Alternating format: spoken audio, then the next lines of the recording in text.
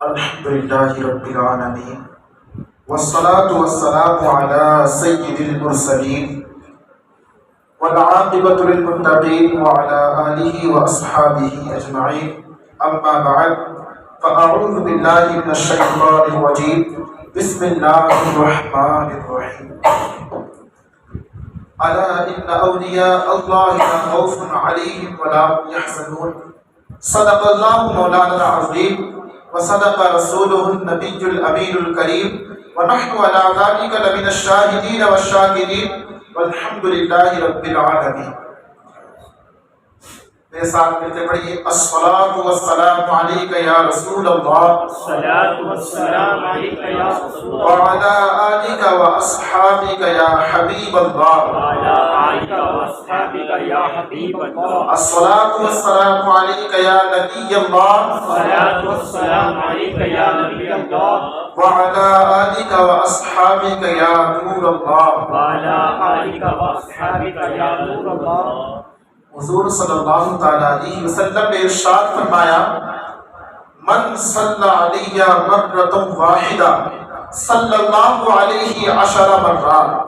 پیارے آقا نے فرمایا جس نے مجھ پر ایک مرتبہ درود پڑھا اللہ اس پر 10 رحمت نازل فرماتا ہے. پڑھیے آواز بلند اللہم صلی علی سیدنا مولانا محمد وبارک وسلم صلو علیہ صلاۃ و سلام علیک یا رسول اللہ صلی اللہ تعالی علیہ وسلم. شاعر کہتا ہے بگرتا بے بلا افتاد کشتی بگرتا بے بلا افتاد کشتی ضعیفان شکستہ تو پشتی بحق خواجہ عثمان ہارون بحق خواجہ عثمان ہارون مدد کن یا معین الدین چشتی. خواجہ ہند آگے کہتا ہے شاعر خواجہ ہند وہ دربار ہے آلہ تیرا خواجہ ہند وہ دربار ہے آلہ تیرا کبھی محروم نہیں مانگنے والا تیرا کبھی محروم نہیں مانگنے والا تیرا. اور دان دل بھی کہتا ہے یہ داغ کہاں تک رنج سہے یہ داغ کہاں تک رنج سہے تم سے نہ کہے تو کس سے کہے. یہ داغ کہاں تک رنج سہے تم سے نہ کہے تو کس سے کہے. تم آل نبی اولاد علی تم آل نبی تم اولاد علی سلطان الہند غریب نواز. سبحان اللہ. پیارو آج کی جو محفل سجائی گئی ہے یہ اللہ کے ایک ولی عظیم المرتبہ مقدس ولی ایک بزرگ بڑے عظیم الشان جن کی شان یہ ہے کہ سلطان الہند جن کو کہا جاتا ہے ہند الولی جن کو کہا جاتا ہے سلطان الہند جن کو کہا جاتا ہے. اور آج جو ہم نظر آ رہے ہیں آج جو یہ اسلام کے مہکتے ہوئے گچھے بگیچے نظر آتے ہیں یہ سلطان الہند غریب نواز علی الرحمانی کی دین ہے. پیارو آج اس مقدر دیکھیے پہلے زمانے میں یہود و نصارہ اور مشرکین یہ ناپاک منصوبے کرتے رہتے ہیں آج بھی اور پہلے بھی. تو ان چیزوں سے پہلے زمانے میں انبیاء اکرام صحابہ اکرام کے بعد تابعین نظام رضی اللہ تعالیٰ عنہ مجمعین ان سب نے جو ہے ان کی سازشوں کو ناکام کیا اور اسلام کی اس خوشبو کو پھیلنے سے اس کو کوئی نہیں روک پایا. لیکن پیارو جو انبیاء اکرام کا سلسلہ ختم ہو گیا جب صحابہ اکرام جو ہے حضور کے فرمان کے مطابق حضور نے جو پیش گوئی فرمائی تھی کہ میرے صحابہ اتنی صدی تک زندہ رہیں گے تو پیارو حضور نے جو فرمایا تھا کہ خیر القرون ثلاثہ کہ 3 دور جو ہے بہتر دور ہیں خیر تین دور جو ہیں وہ بہتر دور ہیں. ایک صحابہ اکرام کا دوسرا تابعین اکرام کا اور تیسرا تابعین اکرام کا.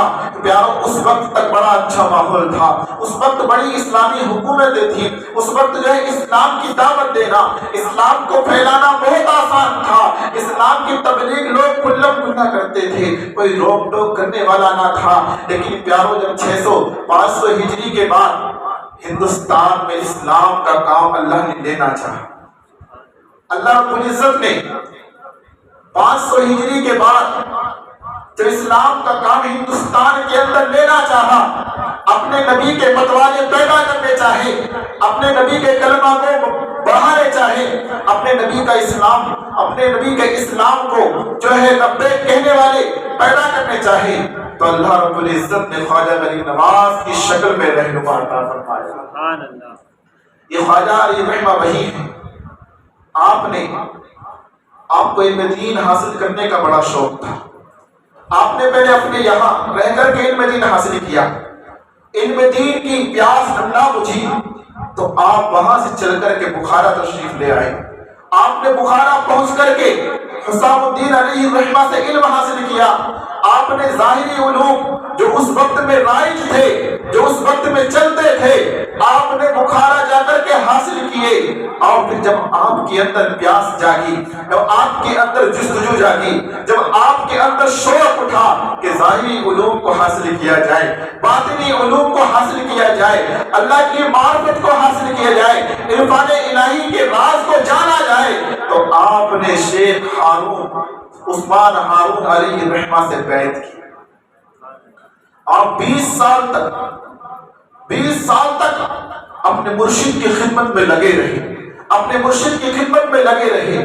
آپ سفر میں ہیں تو آپ کے ساتھ سفر میں جاتے ہیں، آپ جو ہے حضر میں ہیں تو آپ کے ساتھ حضر میں رہتے ہیں، ہر وقت آپ کی خدمت میں لگے رہتے ہیں۔ خواجہ غریب نواز ایک دن جو ہے جوش رحمت جو ہے خواجہ عثمان ہارونی علی الرحمہ کا جو ہے جوش میں آتا ہے، آپ کہتے ہیں اے معین الدین 1000 مرتبہ سورہ اخلاص پڑھو۔ کیا فرمایا؟ 1000 مرتبہ نہیں، پہلے فرمایا کہ سورہ بقرہ کی تلاوت کرو۔ جب اپنے مرشد کے کہنے کے مطابق آپ نے سورہ بقرہ کی تلاوت کی، اور تلاوت کرنے کے بعد میں اپنے مرشد کے پاس آئے، مرشد نے کہا معین الدین بتاؤ کیا دیکھتے ہو؟ آپ نے کہا میں عرش تک دیکھتا ہوں، اوپر نگاہ اٹھاتا ہوں تو عرش تک دیکھتا ہوں، جب نیچے نگاہ جھکاتا ہوں تو تحت الثری تک دیکھتا ہوں۔ خواجہ عثمان ہارون نے کہا کہ معین الدین 1000 مرتبہ سورہ اخلاص کی تلاوت کرو۔ جب آپ جو ہے اپنے مرشد کامل کے مطابق، ان کے فرمان کے مطابق آپ سورہ اخلاص پڑھنے میں لگ گئے، آپ نے دیکھا، پھر آپ کے مرشد نے پوچھا اب کیا دیکھتے ہو؟ آپ نے کہا میں جو ہوں، میں عرفان الہی کے یعنی عرش کے ماورا میں ساری چیزیں دیکھتا ہوں، عظمت الہی کا پردہ جہاں پڑا ہوا ہے وہاں تک میری نگاہ جاتی ہے، اور میں جہاں تک عظمت الہی کا پردہ ہے وہاں تک میں دیکھ سکتا ہوں۔ پھر آپ نے کہا معین الدین ہمارے یہاں 2 دن کا مجاہدہ ہوتا ہے، 2 دن کا مجاہدہ کرو، جا کر عبادتیں کرو، مجاہدے میں لگ جاؤ۔ اپنے مرشد کے فرمان کے مطابق حضرت خواجہ معین الدین چشتی علیہ الرحمہ مجاہدے میں لگ جاتے ہیں، اور مجاہدے کے بعد جب واپس آتے ہیں اور آپ سے نے پوچھا کہ معین الدین کیا دیکھتا ہے، اب تیری حالت کیا ہے؟ تو معین الدین کہتے ہیں میرے مرشد اب مجھے 18,000 مخلوقات، 18,000 عالم جو رب تعالیٰ نے پیدا کیے ہیں سب کو اپنی ماتھے کی نگاہوں سے دیکھتا ہے۔ آپ نے کہا یہ اینٹ پڑی ہے، آپ نے حکم دیا اس اینٹ کو اٹھاؤ اور اس اینٹ کے نیچے جا کر کے دیکھو کیا ہے۔ آپ نے اپنے مرشد کے فرمان کے مطابق اس اینٹ کو اٹھایا تو اس کے نیچے اشرفیہ موجود تھی۔ آپ کے مرشد نے کہا اس کو غریبوں میں تقسیم کر دو۔ اس طریقے سے خواجہ عثمان ہارون نے آپ کو جو ہے اپنی نگاہوں سے پلایا، اپنی نگاہوں سے اپنے یہ علم عطا فرمائے، عرفان الہی کے انوار عطا فرمائے، آپ کے دل کو عرفان الہی کی تجلیوں سے روشن کر دیا، اور آپ کو جو ہے اتنا علم عطا فرمایا کہ آپ 18,000 مخلوقات، 18,000 عالم کو ملاحظہ فرما رہے تھے۔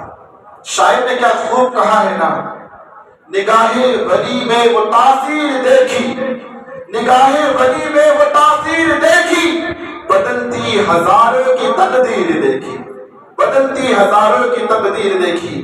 پیارو یہ ہے خواجہ معین الدین چشتی علیہ الرحمہ۔ اور آپ جانتے ہی ہیں کہ ہند میں کتنا بڑا کام آپ نے کیا ہے، 90 لاکھ کو کلمہ آپ نے پڑھایا۔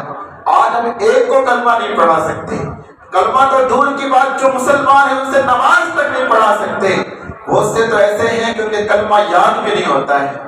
غور کریں کیا شخصیت تھی خواجہ غریب نواز علیہ الرحمہ، کیا شان ہے ان کی کہ انہوں نے ایک نہیں، دو نہیں، ہزار نہیں، 1,00,000 نہیں، بلکہ 90 لاکھ کو کلمے سے کلمہ پڑھایا اور ان کو مشرف اسلام کیا۔ یہ شان ہے خواجہ غریب نواز علیہ الرحمہ کی۔ تبھی شاعر کہتا ہے ہند میں آپ ہیں سوغات رسول عربی، ہند میں آپ ہیں سوغات رسول عربی، ہر طرف ابر کرم آپ کا چھایا خواجہ، ہر طرف ابر کرم آپ کا چھایا خواجہ، یہ ہے شان ہمارے خواجہ۔ یارو قرآن میں فرمایا گیا نا، یا ایھا الذین آمنوا اتقوا اللہ وکونوا مع الصادقین، اے ایمان والو سچوں کے ساتھ ہو جاؤ۔ سچے کون لوگ ہیں؟ مولا تو نے فرمایا ایمان والوں سے، اے ایمان والوں سچوں کے ساتھ ہو جاؤ۔ اب ذرا بتاؤ تو صحیح، اولیاء کرام سے زیادہ سچے کون ہوں گے؟ صحابہ کرام سے زیادہ سچے کون ہوں گے؟ انبیاء کرام سے زیادہ سچے کون ہوں گے؟ تو پیارو، جو انبیاء کرام کو ماننے والے ہیں، جو ان کے بعد صحابہ کرام کو ماننے والے ہیں، جو ان کے بعد اولیاء کرام کو ماننے والے ہیں، اولیاء کرام یہی تو سچے لوگ ہیں، یہی تو وہ ہیں جن کی رب تعالیٰ قرآن میں تعریف بیان فرماتا ہے، جن کے بارے میں قرآن میں فرماتا ہے الا ان اولیاء اللہ لا خوف علیہم ولا هم يحزنون۔ اے لوگوں سنو، اللہ کے ولیوں پر نہ کوئی خوف ہوتا ہے نہ کوئی غم ہوتا ہے۔ خوف جو ہوتا ہے نا انسان کو، وہ آنے والی چیز کا ہوتا ہے۔ یعنی انسان کے پاس مثال دیجیے ایگزامپل کے طور پر مال ہے، وہ کہیں جاتا ہے تو اس کو خوف رہتا ہے کہ کہیں مال چوری نہ ہو جائے، کوئی مال اٹھا کر نہ لے جائے۔ اولاد ہوتی ہے، اولاد کا خوف ہوتا ہے کہیں میرا بچہ وہاں گیا ہے، کوئی پکڑ نہ لے، کوئی اس کو لے نہ جائے، کوئی اس کو چوٹ نہ پہنچا دے، تو اس کو کہتے ہیں خوف۔ آنے والی چیز کا جو خوف ہوتا ہے اس کو خوف بولتے ہیں، ڈر جو ہوتا ہے۔ لیکن اللہ نے فرمایا اللہ کے ولیوں کو کوئی خوف نہیں ہوتا ہے۔ دنیا میں تو کسی چیز کا خوف ہوتا ہی نہیں ہے، کل قیامت کے دن بھی انہیں قیامت کے دن کا خوف نہیں کہ ہمارے لیے کیا ہوگا، کہیں وہ جہنم میں تو نہیں ڈال دیا جائے۔ کیوں؟ ان کی سب کچھ، ان کی اٹھنا بیٹھنا چلنا پھر اللہ کی رضا کے لیے ہوتا ہے۔ اور یہ کرام جو ہیں یہ وہی ہوتے ہیں جو اللہ کی رضا چاہتے ہیں۔ لوگوں سے محبت بھی کرتے ہیں تو اللہ کی رضا کے لیے، لوگوں سے نفرت بھی کرتے ہیں تو اللہ کی رضا کے لیے۔ اور حدیث پاک میں آیا ہے ہم سب کے بدنیات والے ارشاد فرمایا جو لوگ اللہ کے لیے محبت کرتے ہیں کل جنت میں ایسے مقام میں ہوں گے کہ جب کہا جائے گا کہ جو لوگ اللہ کی رضا کے لیے لوگوں سے محبت کرتے تھے ان کا دیدار کرایا جائے، جب وہ اپنے محلوں سے جھانکیں گے تو ان کے نور سے ساری جنت ایسے روشن ہو جائے گی جیسے سورج چمکتا ہے تو دنیا روشن ہو جاتی ہے۔ اب بتائیے خواجہ غریب نواز نے اپنا وطن چھوڑا، علم دین حاصل کیا، بخارا تشریف لائے، بخارا سے دین اسلام کی خدمت کرنے کے لیے ہندوستان تشریف لائے، تو یہ اللہ کی رضا نہیں تو کیا ہے؟ اب ہمارے خواجہ کو کیا مقام ملے گا جنت میں، کیا آپ کی شان ہوگی؟ تو یہ بتانا چاہ رہا تھا خوف جو ہوتا ہے آنے والی چیز کا ہوتا ہے۔ تو کہنے کا مطلب یہ ہے کہ اولیاء کرام کو کوئی خوف نہیں ہوتا ہے، انہیں آنے والی چیز کا کوئی ڈر نہیں ہوتا ہے۔ آگے فرمایا اور نہ انہیں کوئی غم ہوتا ہے۔ غم یعنی وہ چیز جو گزر جائے، جو بیت جائے، اس پر جو افسوس ہوتا ہے، اس پر جو حسرتیں ہوتی ہیں، اس پر جو ڈر ہوتا ہے اس کو غم کہتے ہیں۔ مثال کے طور پر کسی کے بیٹے کا انتقال ہو جائے، اب باپ جو ہے اس کی آرزو میں، اس کی حسرتوں میں، اس کی یادوں میں غم کے آنسو بہاتا ہے، غم کرتا ہے، تو پیارو اللہ نے فرمایا اللہ کے ولی وہ ہوتے ہیں، اللہ کے اولیاء وہ ہوتے ہیں، اللہ کے محبوب وہ ہوتے ہیں جنہیں پچھلی چیزوں کا بھی کوئی غم نہیں ہوتا ہے۔ انہیں پتہ نہیں ہوتا ہے کہ میرے ساتھ کیا ہوا، میرے گھر والے کہاں ہیں، میری اولاد کہاں ہے، میں نے آج کھانا کھایا نہیں کھایا۔ اور خواجہ صاحب کی شان تو یہ ہے کہ فجر کا آپ کا جو انتقال ہوا نا تو صبح کا وقت تھا، فجر کی نماز کے لیے آپ کے مریدین حاضر تھے، آپ کے مریدین حاضر تھے، اس آرزو میں تھے کہ پیر صاحب آئیں گے، مرشد کریم آئیں گے، فجر کی نماز پڑھائیں گے، لیکن آپ تشریف نہ لائے، آپ تشریف نہ لائے۔ آپ کے مرید کھڑے ہوئے تھے، آپ کے مریدوں نے دروازہ کھول کر دیکھا تو آپ کا جو ہے اللہ کی رضا کے لیے آپ کا وصال ہو چکا تھا، آپ پردہ فرما چکے تھے، لیکن اللہ کا فضل و کرم دیکھیں، اللہ کا انعام دیکھیں، اللہ کی رحمتیں دیکھیں کہ اس نے اپنے بندے کی پیشانی پہ لکھ دیا ھذا حبیب اللہ مات فی حب اللہ، یہ اللہ کا محبوب ہے اور اللہ ہی کی محبت میں انتقال کیا۔ آج بھی دیکھیں گے نا آپ اجمیر جائیں تو غور کریں، آپ کے دروازے پہ لکھا ہوا ہے ھذا حبیب اللہ مات فی حب اللہ، یہ اللہ کا حبیب ہے اور اس نے اللہ ہی کی محبت میں انتقال فرمایا۔ یہ شان ہے خواجہ صاحب کی، انتقال کے وقت بھی نور سے آپ کی پیشانی پہ لکھ دیا گیا تھا کہ یہ اللہ کا حبیب ہے لوگوں اور اللہ ہی کی محبت میں انتقال کیا ہے۔ شاعر نے خوب کہا ہے نا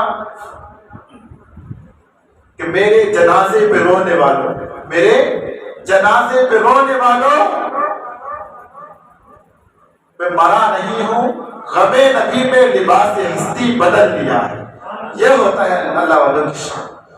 گویا غریب نواز کے چہرے پر لکھا ہوا یہ جملہ، یہ کلام رب کے فضل سے لکھا گیا، یہی بیان کر رہا ہو کہ لوگوں رونا نہیں ہے، لوگوں افسوس نہیں کرنا ہے، میں مرا نہیں ہوں، میں نے انتقال نہیں کیا ہے، میں نے اللہ کی رضا کے لیے اللہ کی محبت میں اپنے آپ کو مالک کے حقیقی کے حوالے کر دیا۔ یہ خواجہ صاحب کی شان ہے۔ اللہ نے ہمیں جو اسلام کی دولت عطا فرمائی ہے یہ خواجہ صاحب کا یہ صدقہ ہے۔ اب ہم ہر ایک غور کریں کہ اگر خواجہ صاحب نہ آئے ہوتے تو ہم کہاں ہوتے؟ کیا آج ہم اس مسجد میں بیٹھ کر کے خواجہ صاحب کا نام لے رہے ہوتے؟ نہیں نہیں۔ بہت بڑا احسان ہے پیارے بھائی، بہت بڑا احسان ہے۔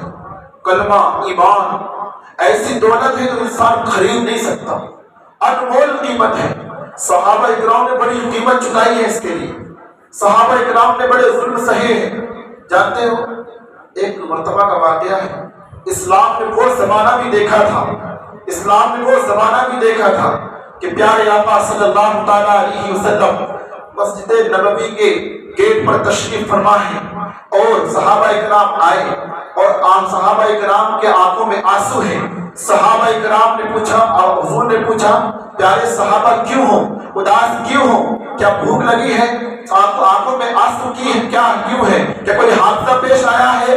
تو صحابہ اکرام نے عرض کی یا رسول اللہ 3 دن سے بھوکے پیاسے ہیں، کھانے کا نوالہ پیٹ میں نہیں گیا ہے، یا رسول اللہ بھوک لگی ہوئی تھی، پیٹ نے گھروں میں رکنے نہ دیا، بھوک نے گھروں میں رکنے نہ دیا، ہم نے سوچا کہ آقا کا دیدار کر لیں تاکہ کچھ خوشی مسرت ہو جائے، تاکہ کچھ دل میں خوشی پیدا ہو جائے۔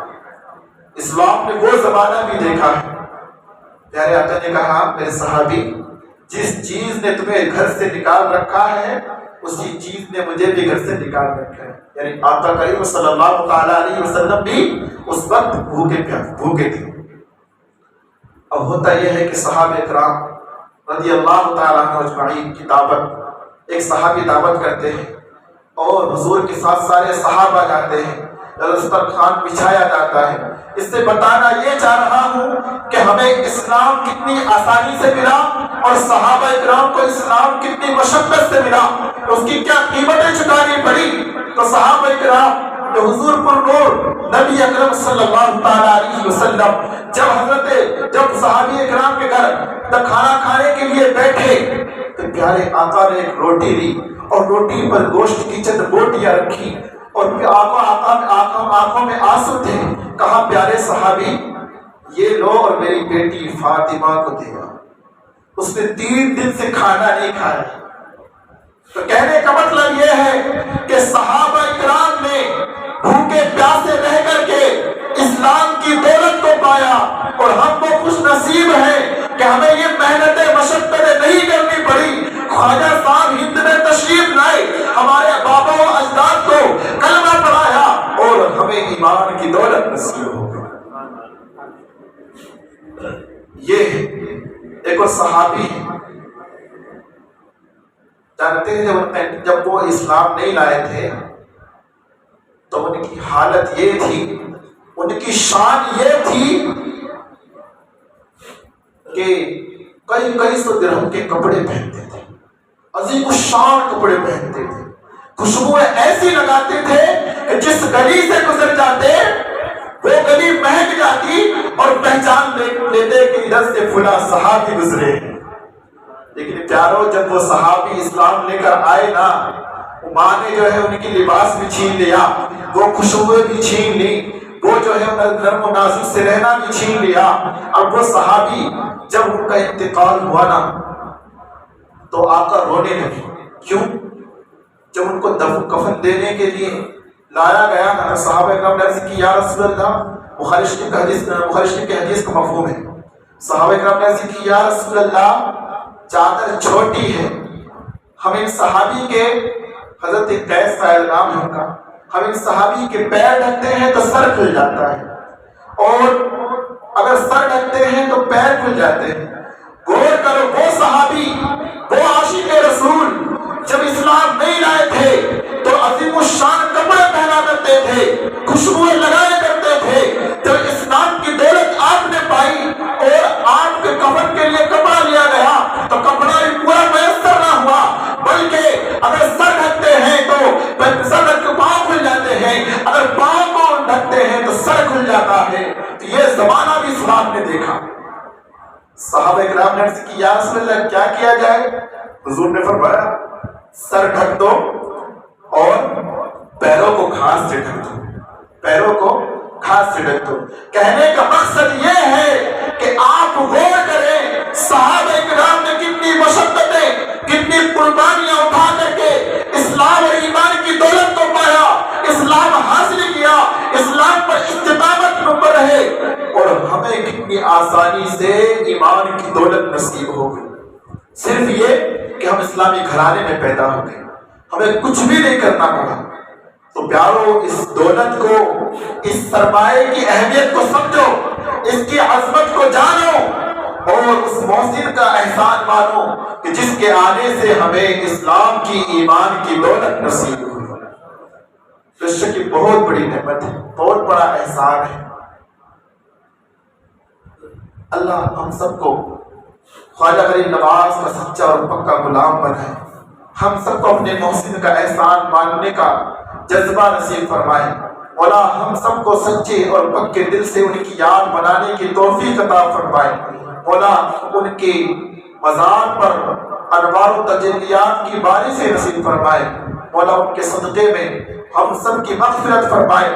مولا تعالیٰ ان سب کا فیضان, اولیاء کرام کا فیضان, خواجہ صاحب کے مرشد کریم کا فیضان, خواجہ صاحب کے شاگردوں کا فیضان, خواجہ صاحب کے مشائخ و علماء استادوں کا فیضان ہم سب کو نصیب فرمائے. اور مولا ہم سب کے دلوں میں دین اسلام, ایمان کی عظمت کی توفیق بخشے. مولا ہم سب کے دلوں میں اپنے حبیب صلی اللہ تعالیٰ علیہ وسلم کی محبت کو اور اپنی خشیت سے ہمارے دلوں کو معمور فرمائے. وما علینا الا البلاغ. السلام علیکم ورحمۃ اللہ.